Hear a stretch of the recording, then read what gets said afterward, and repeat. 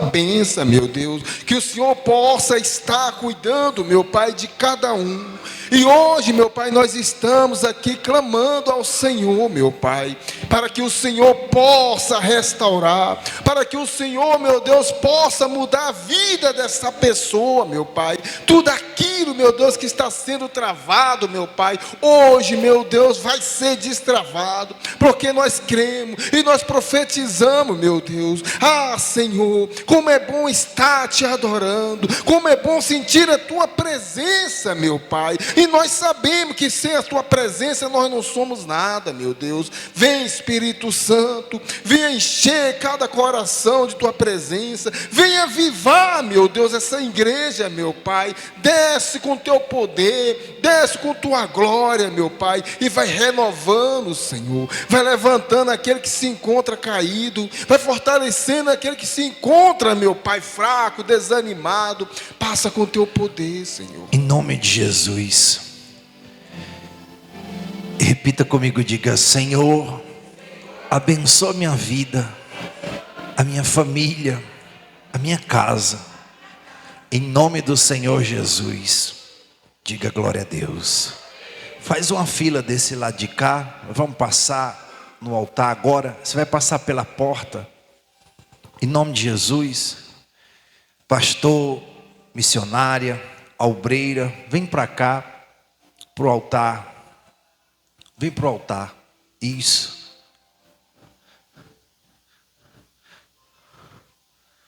Em nome de Jesus.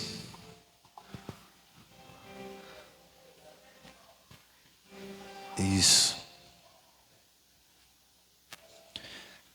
Vocês vão receber imposição de mãos. Pode passar. Em nome de Jesus. Pai, abençoa o teu povo. Abençoa, Pai, os teus filhos. Essa semana de bênçãos, de vitórias. Em nome do Senhor Jesus, eu te peço. Eles recebam portas abertas, caminhos abertos. O dia 1º está chegando, Senhor. Abril é um mês que a porta abriu, em nome de Jesus. Essa semana será uma semana de bênçãos, de vitórias. Em nome de Jesus, a começar pela manhã, Pai. Sobre cada um deles, sobre os caminhos, para a glória do Senhor. Para a glória do Senhor. Sim, meu Pai. Que eles venham receber portas abertas, que venha ser, meu Deus, um mês diferente, esse mês de abril, e tudo aquilo que está fechado, meu Pai, na vida da tua serva, do teu servo, que o Senhor venha abrir, meu Pai. Muda a situação, meu Pai, desse homem, dessa mulher, transforma, meu Pai.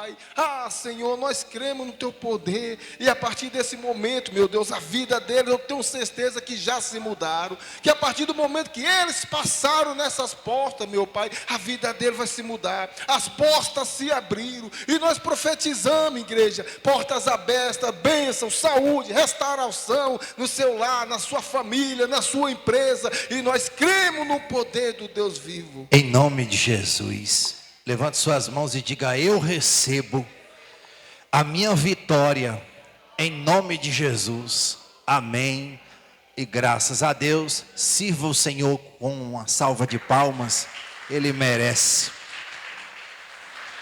Glória a Deus. Amados, podem sentar, ovelhas queridas. Brasil e o mundo. Deixa eu baixar aqui.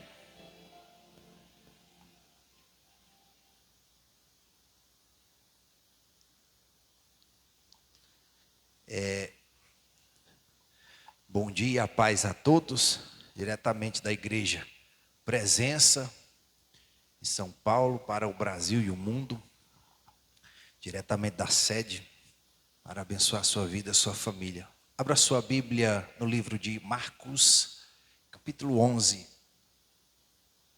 Marcos, capítulo 11. Marcos, capítulo 11. .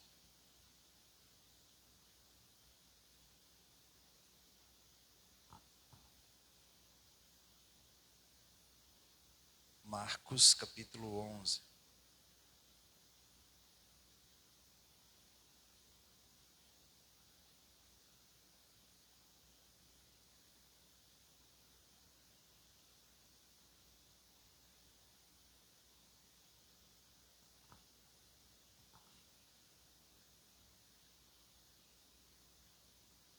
Quem encontrou, diga amém.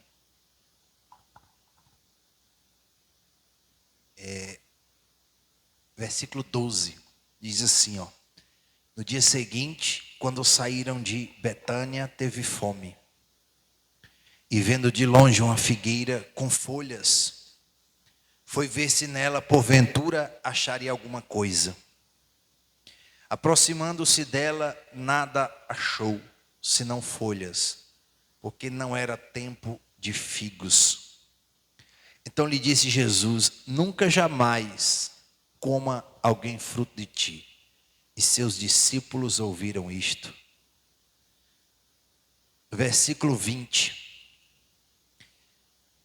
Pulo por 20. E passando eles pela manhã, viram que a figueira secara desde a raiz.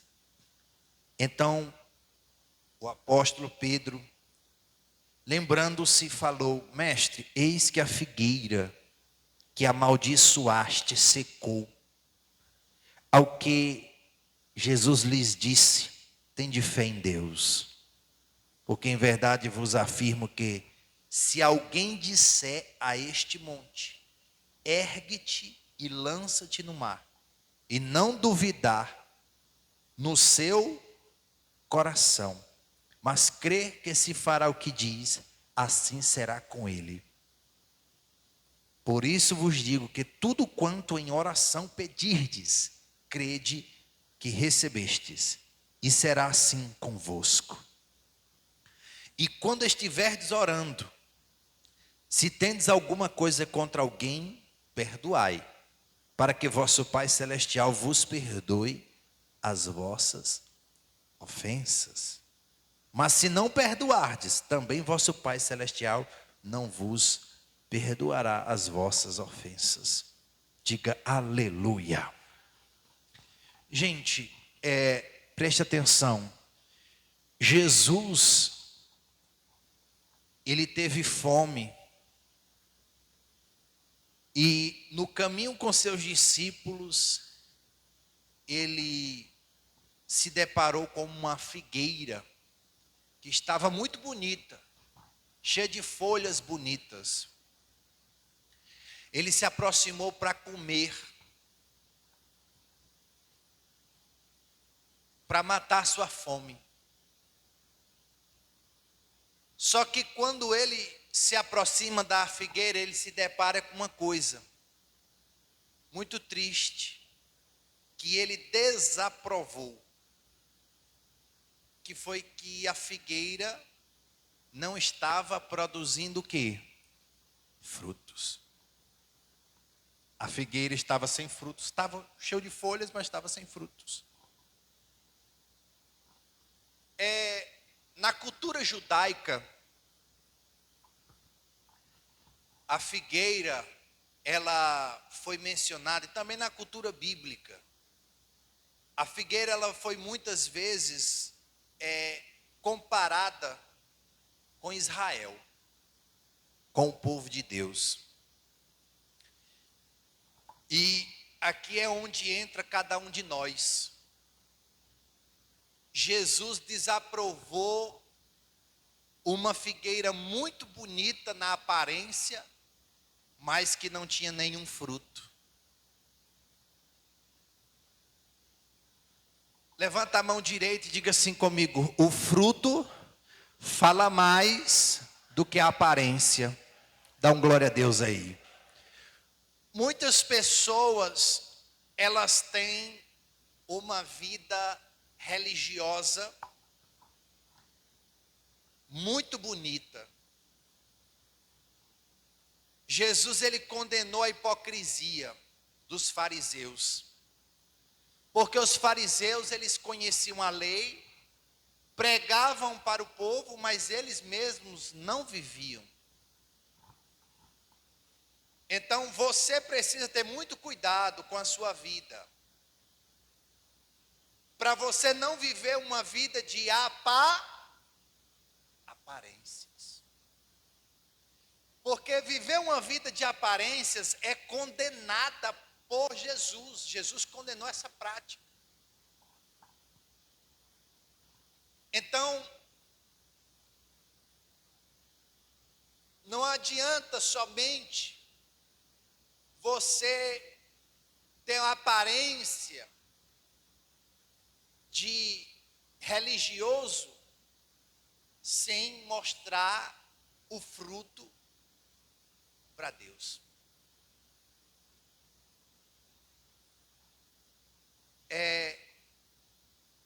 Eu vou citar um homem de Deus aqui, que ele estava dessa forma. Pastor Antônio Júnior. Acho que é Antônio Júnior o nome dele, né? Paulo Júnior, é? Paulo Júnior, que muitos de vocês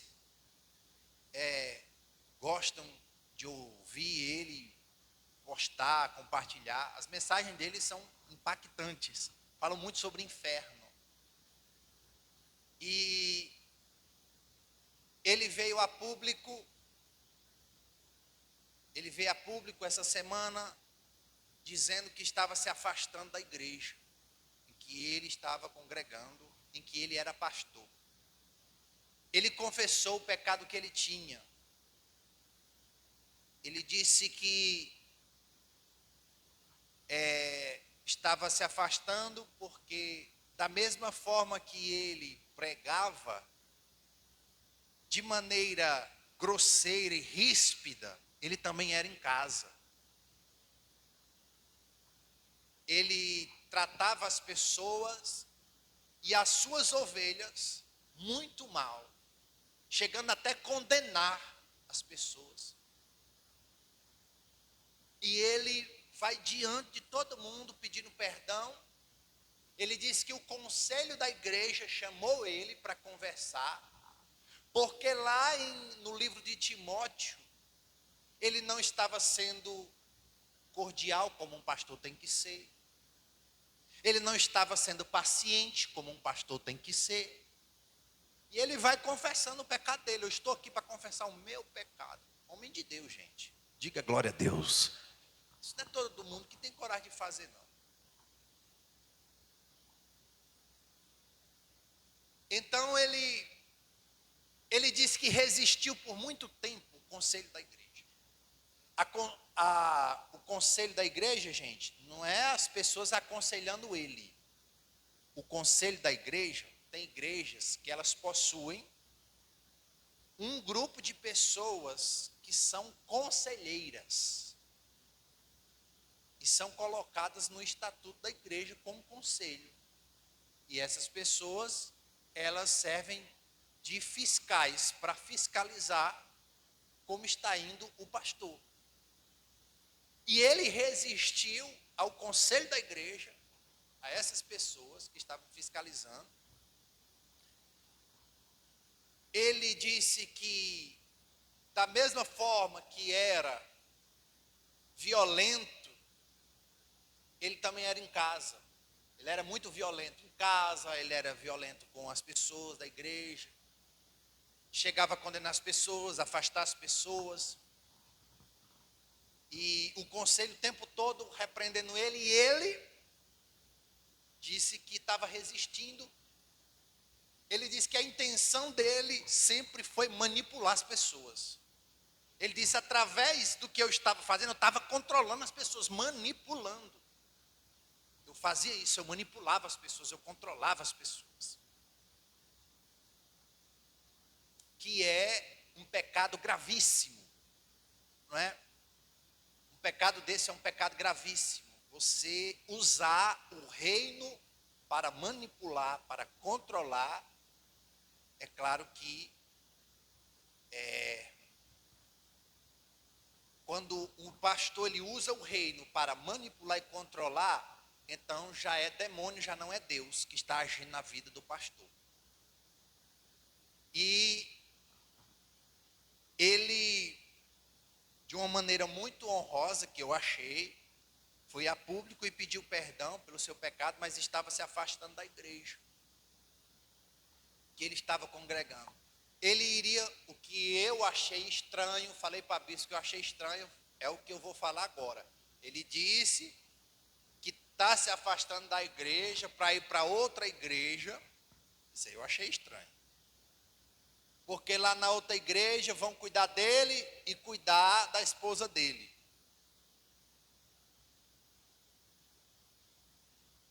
Certo? O que ele disse? Diz que lá na outra igreja ele não vai exercer nenhum cargo, pelo menos por enquanto. E que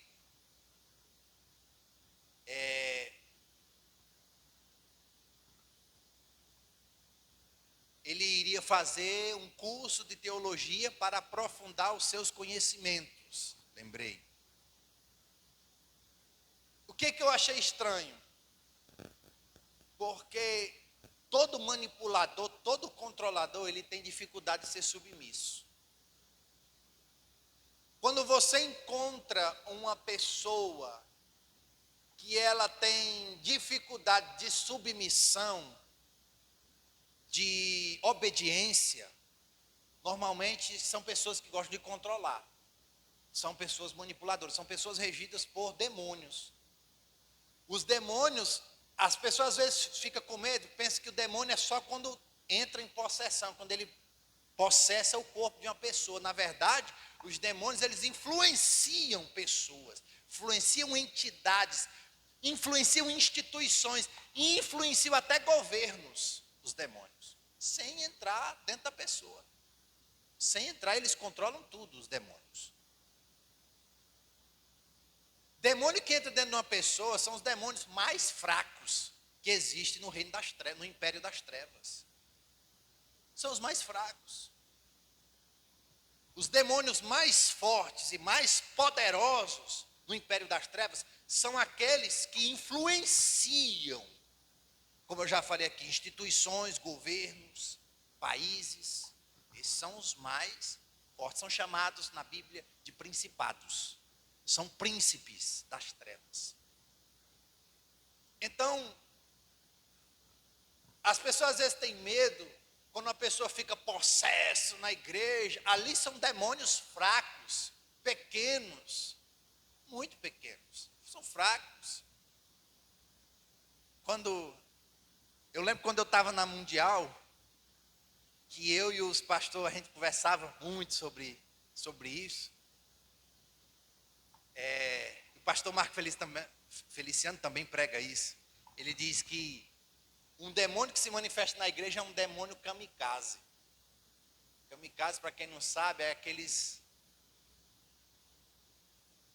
que se matam. Então, o demônio que ele se manifesta dentro da igreja, ele vem só para ser queimado. Ele está no território errado. Não é verdade? Então,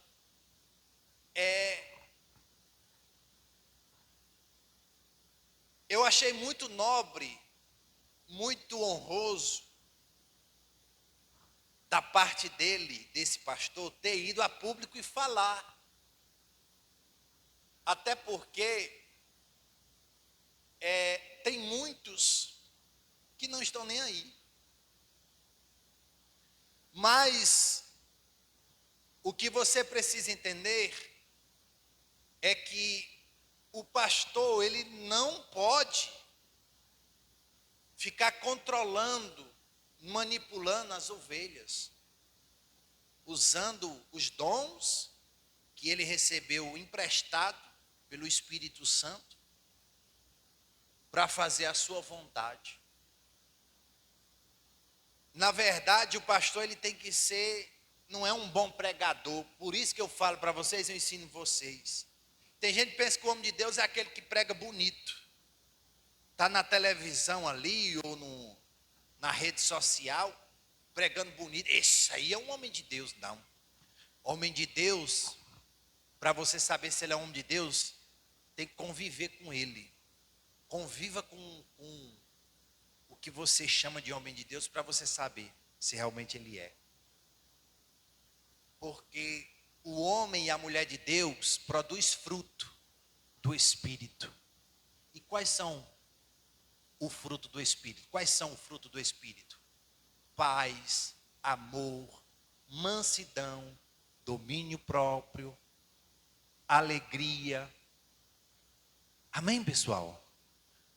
Por isso que a Bíblia diz que o pastor tem que ser cordeiro, tem que ser cordial, tem que ser paciente, tem que ser amoroso. Precisa ser.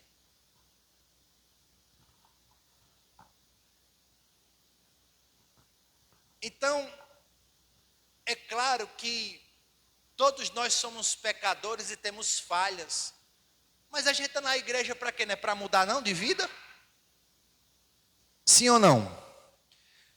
Nós não estamos na igreja para mudar? Sim ou não? É. Então,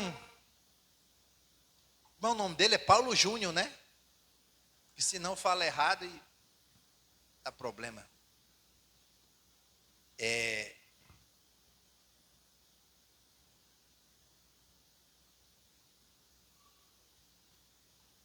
Às vezes a pessoa ela não pode brincar com a graça. Não pode.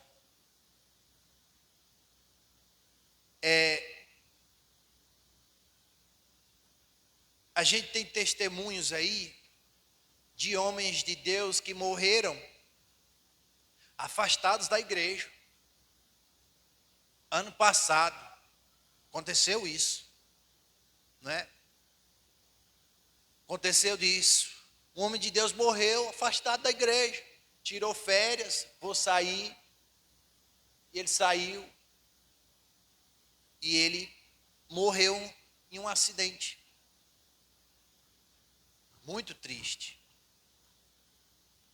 Então, a gente tem que temer a Deus. Viver uma vida de aparências é complicado, gente. Porque é desaprovação total de Deus. Vamos para a palavra.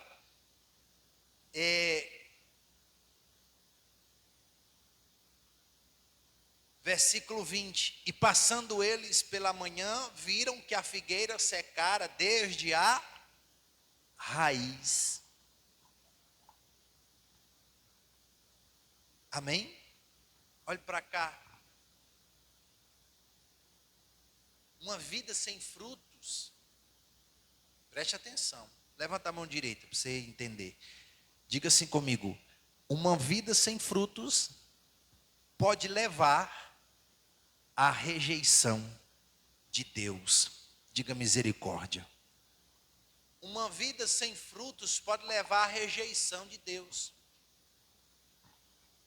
Deus pode rejeitar uma pessoa porque ela não frutifica.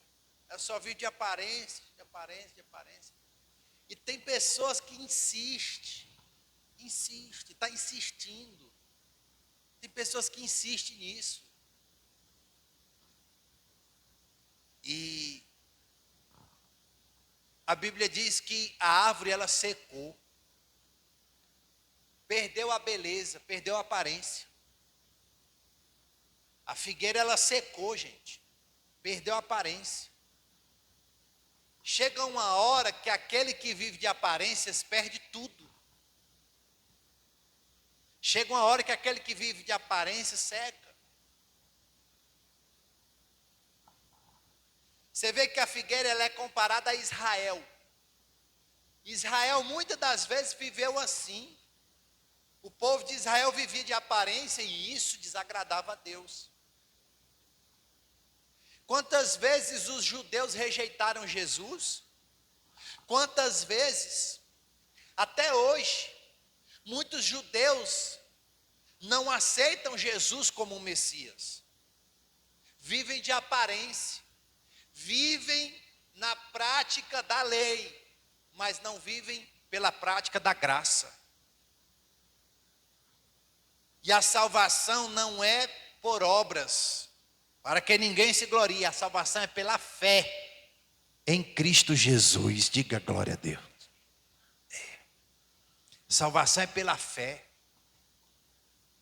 Se a gente não vive uma fé, o maior exemplo de fé é Abraão. Abraão,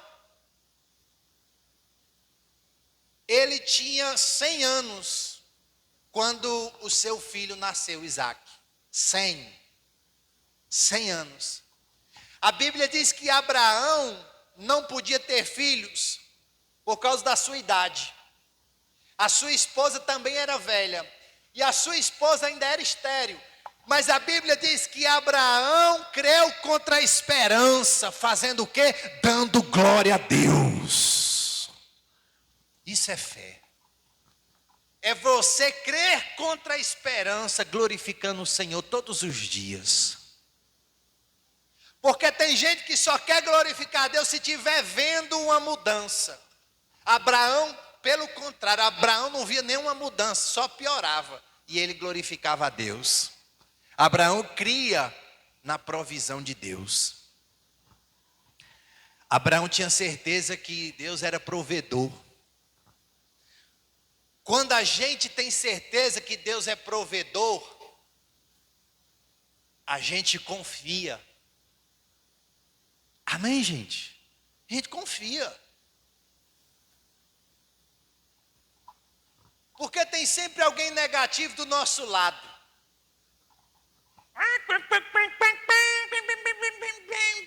Vai lá, ó, no ouvido da gente, alguém negativo. Levanta a mão direita e diga assim comigo: Deus proverá. Dá um glória a Deus aí. E você tem que ser ao contrário, o oposto. Quando aparecer uma frasezinha, pode ser quem for, pode ser marido, esposa, filho, pode ser quem você ama. Chegar com uma frasezinha negativa, levanta a mão direita e diz: exatamente. Deus Proverá. e pronto. Acabou. Porque a gente não pode viver por circunstâncias, porque senão Jesus vai puxar nossa orelha. Jesus puxou a orelha dos discípulos, homens de pequena fé, por quê? Duvidastes.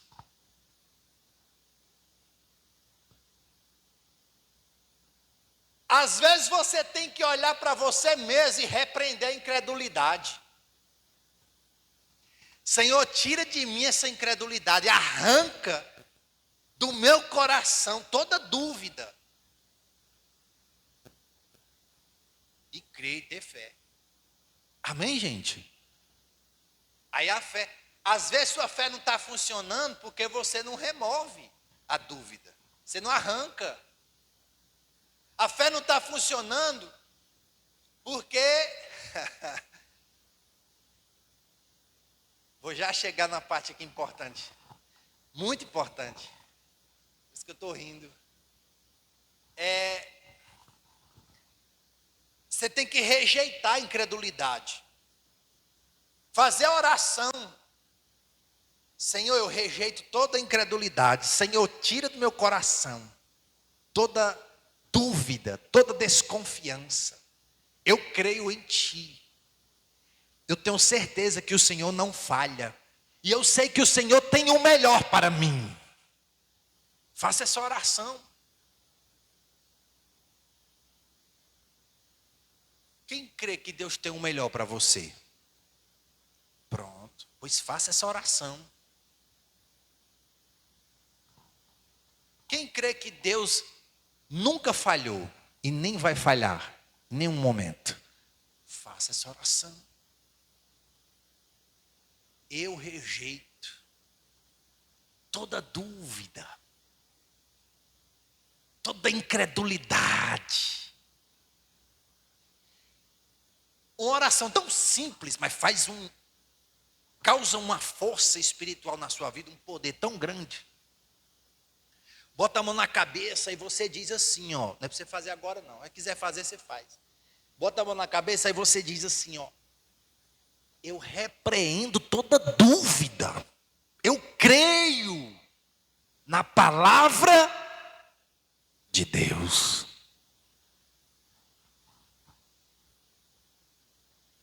Porque os fariseus hipócritas que não frutificavam, era exatamente isso, eles não creram. Eles estavam diante de Jesus, olha a oportunidade da vida deles. Eles estavam diante do Filho de Deus e não creram. Então, a dúvida, ela vem para você perder aquilo que Deus preparou para você. A dúvida vem para você, levanta a mão direita, eita, Deus está falando aqui. Levanta a mão direita e diga assim: a dúvida vem para eu perder aquilo que Deus preparou para mim. Levanta a mão e diga: está repreendido em nome de Jesus. Então, a dúvida ela vem para você perder aquilo que Deus preparou para você. Você vê que Jesus estava com fome. Jesus queria comer. Quando ele chega diante da figueira, essa figueira não tem fruto. Não tem. Está muito bonita. Sabe por que ele falou isso? Porque toda figueira, quando ela dá fruto com muitas folhas. E de longe, Jesus viu e estava tão bonito, com muitas folhas. E quando ele chegou perto para olhar, para ver, não tinha fruto. Então, o nosso coraçãozinho precisa entender que se a gente tiver uma vida religiosa, mas não der fruto, nós não vamos estar agradando a quem, igreja? A Deus.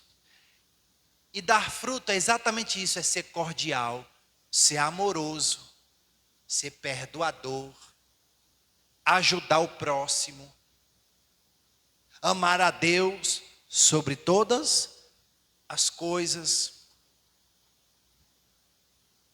porque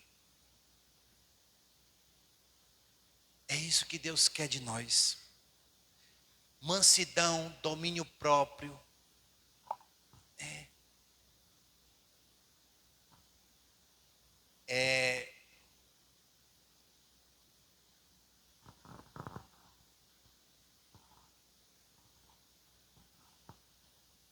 O que é que move as montanhas?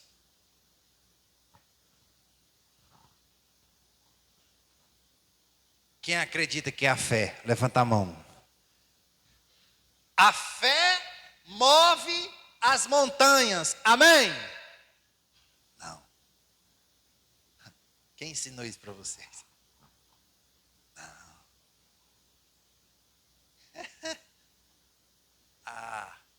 Dona Cidinha disse que não. Eu ouvi a senhora dizendo que não é uma fé, não. O que é que move as montanhas? Hã? A fé em Deus? Não. O que é que move a montanha? Hã? Não.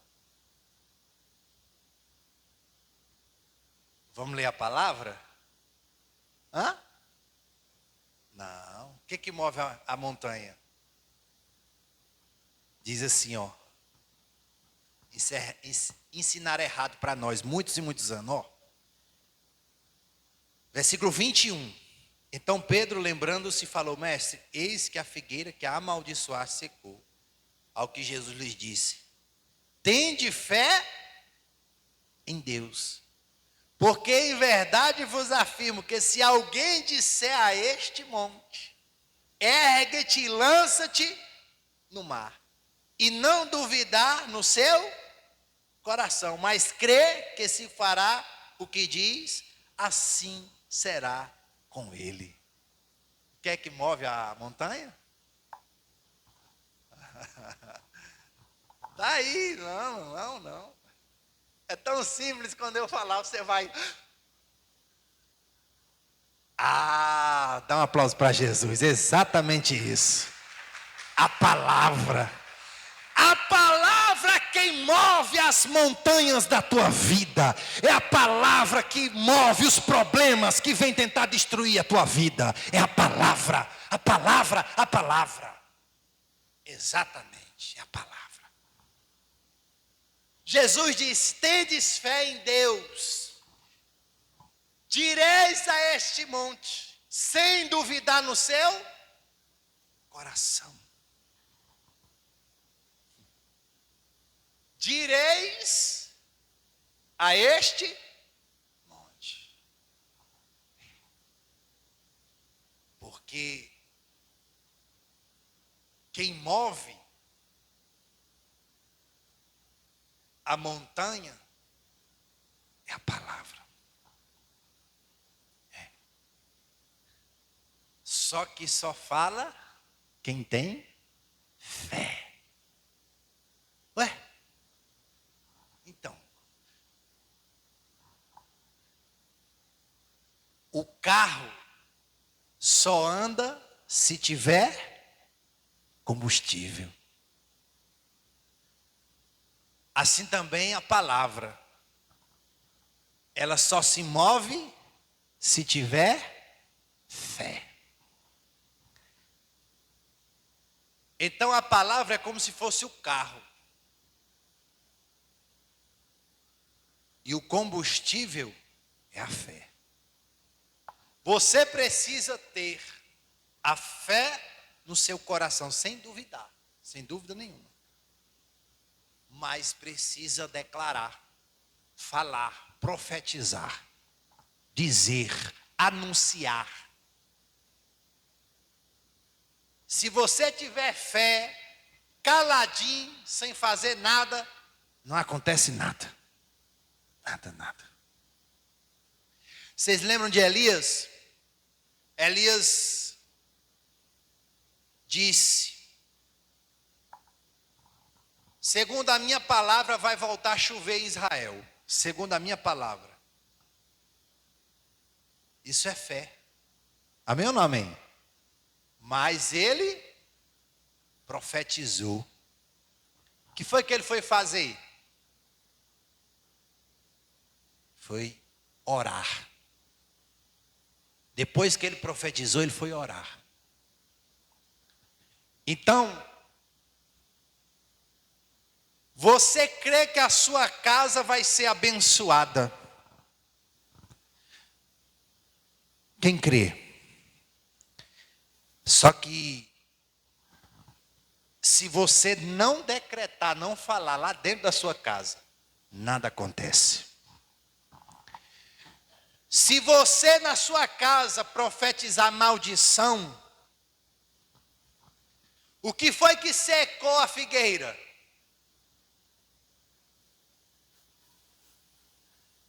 Exatamente a palavra. A maldição só veio com a palavra de Jesus. Jesus disse: seque agora. Seque agora tu, porque tu não está dando fruto. Aí a cegueira, figueira, ela secou. A palavra. Então é você que tem que profetizar, tem que abençoar. Tem coisa que não muda na sua vida, porque você está falando o contrário do que Deus profetizou acerca de você mesmo. Tem pessoas, gente, que não estão mudando de vida porque elas mesmas são contra o que Deus falou acerca delas. Deus está dizendo que tu vai ter uma vida abençoada, tu vai ter uma família abençoada. Deus está dizendo que tu é mais que vencedor. Deus está dizendo que não vai deixar faltar nada para ti. Mas tem pessoas que não crêem nessa palavra e quando chega em casa começa a falar o contrário do que Deus falou na igreja. Diga misericórdia. Por isso que a vida está diferente. Porque ela está falando o contrário do que aprendeu no altar. No altar ela ouve que ela é abençoada, mas em casa ela profetiza que não é. Aí como que vai ter uma vida abençoada se só fala maldição, palavrão, xingamento e diz tudo que não presta da própria casa?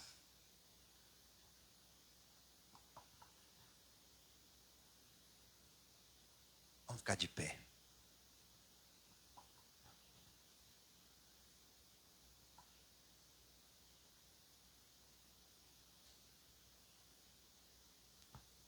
Levanta a mão direita. Diga assim comigo. Quem semeia fé, colhe milagres. Dá um glória a Deus aí. Quem semeia fé, colhe milagres. Mas a fé, ela é manifestada. A palavra do Senhor diz, criei, por isso falei.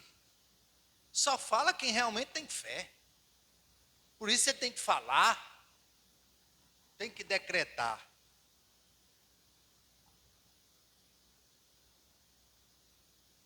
Algumas vezes Jesus perguntava, crês que eu posso fazer isso? Quantas vezes Jesus perguntava, crês que eu posso fazer isso? Sim, mestre, eu creio. Sim, mestre, eu creio. Jesus estava querendo que a pessoa manifestasse a fé. Fala, meu filho, fala que você crê. Jesus estava querendo dizer isso, meu filho, você crê que eu posso fazer isso? E a pessoa dizer, sim, eu creio que tu podes me curar. Vocês lembram da mulher do fluxo de sangue? Ela, no coração dela, ela tinha fé.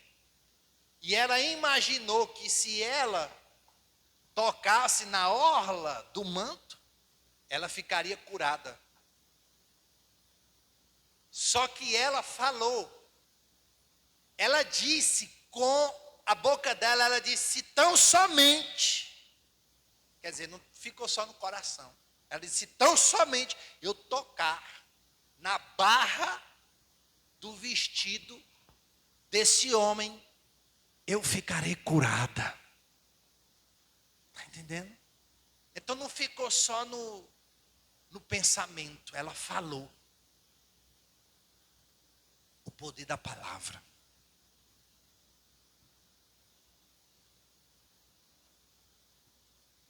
Levante suas mãos. Repita comigo, diga, a minha casa é uma bênção. Diga, o meu casamento é uma bênção. Os meus filhos são bênçãos. Diga, eu sou uma bênção. Em nome de Jesus, eu tomo posse da minha vitória para a glória do Senhor. Dá um aplauso quem crê. O diabo não vai impedir sua vitória. Diga glória a Deus. Amém. Eu posso orar pela sua vida financeira? Posso?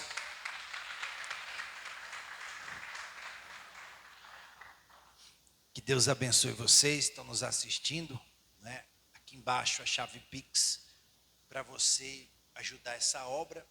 Esse mesmo número você pode entrar em mensagens comigo, a central de oração 119-9307-3370 para um conselho espiritual, um conselho no seu casamento ou uma oração para abençoar a sua vida. Você que estiver doente, estaremos fazendo oração, abençoando você. Se você que deseja interpretação de sonhos, estamos para servir você, tá?